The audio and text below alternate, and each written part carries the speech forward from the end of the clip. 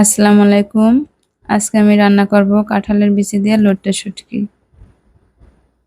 প্রথমে আমি লট্টে শুটকি রান্না করার জন্য একটা টমেটো কেটে নেব।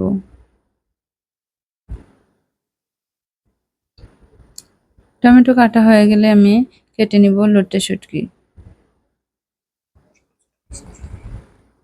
ছোট ছোট সাইজ করে শুটকিগুলো আমি কেটে নেব। শুটকিটা কাটা হয়ে গেলে এখন আমি আগেই এই কাঁঠালের বিচিগুলো পরিষ্কার করে রেখেছিলাম। কাঁঠালের বিচিগুলো এখন আমি কেটে নেব।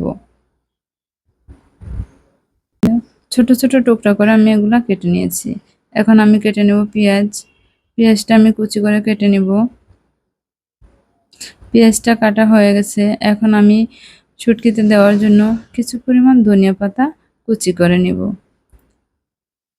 সমস্ত কিছু কাটা হয়ে গেলে একটা কড়াইতে আমি গরম পানি বসিয়ে দেব এবং কাঁঠালের বিচিগুলো আমি সিদ্ধ করতে দেব, যাতে করে বিচিতে লেগে থাকা কষগুলো উঠে যায়।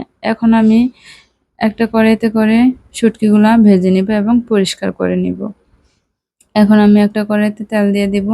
তেলটা গরম হয়ে গেলে আমি পেঁয়াজ কুচি এবং রসুন কুচি দিয়ে দেব। এটাকে আমি ভালোভাবে নেড়েচেড়ে লালচে করে নিব।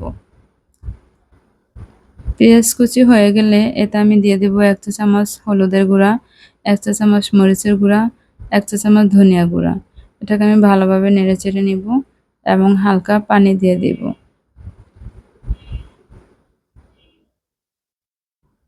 এটা ভালোভাবে হয়ে গেলে আমি দিয়ে দিব ধুয়ে রাখা শুটকিগুলো। এটা দিয়ে আমি ভালোভাবে নেড়েচেড়ে নিব।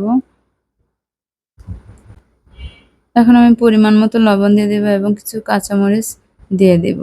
এটাকে আমি ভালোভাবে নেড়েচেড়ে দেব এবং কষানোর জন্য আমি কিছু পরিমাণ পানি দিয়ে দেব।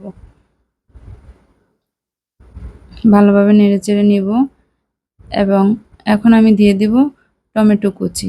টমেটো কুচি দেওয়ার পরে এটাকে আমি ভালোভাবে নেড়েচেড়ে নিব এবং ১ চা চামচ জিরার গুঁড়া দিয়ে দিব। এটাকে এখন আমি ভালোভাবে সিদ্ধ করা কাঁঠালের বিচিগুলো এখন আমি দিয়ে দিব। দিয়ে ভালোভাবে এগুলোকে নেড়েচেড়ে নিব। নেড়েচেড়ে নিয়ে ভালোভাবে এগুলোটা আমি কষিয়ে নিব।